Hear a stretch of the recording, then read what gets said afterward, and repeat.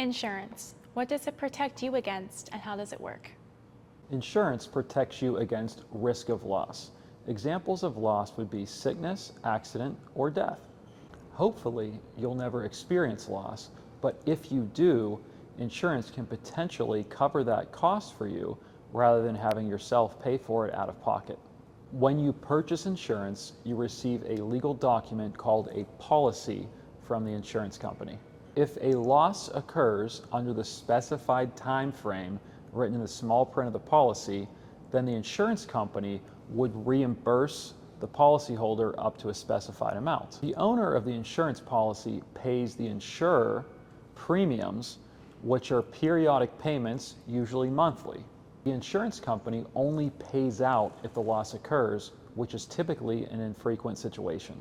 They bank on the probability that they will only have to pay out a very small subset of policyholders because the chance of a loss of that magnitude is pretty slim for the average person. Although major losses do occur, the insurance company hopes that only a small subset of its policyholders will cash in on them. Therefore, they will make money on the aggregate premiums overall, which will cover the costs they pay out. If you do not experience loss during the policy period, you simply lose the aggregate payments you made over time. Think of it as paying pennies to potentially receive dollars if you have a loss, because the insurance company at that point would have to pay out on your behalf.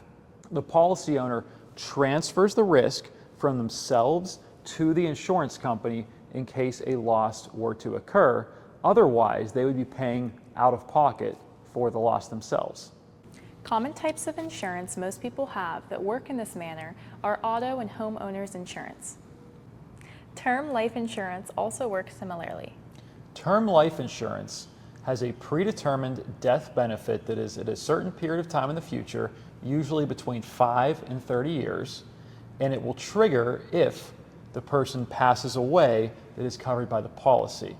An example of term life insurance that is used in real-world purposes would be a family that has one spouse making the majority of the income, and if that spouse were to pass, the rest of the dependents wouldn't have enough money to survive. So in this case, you would say, I'm going to pay my premiums, a small amount of money, to protect myself in case of premature death.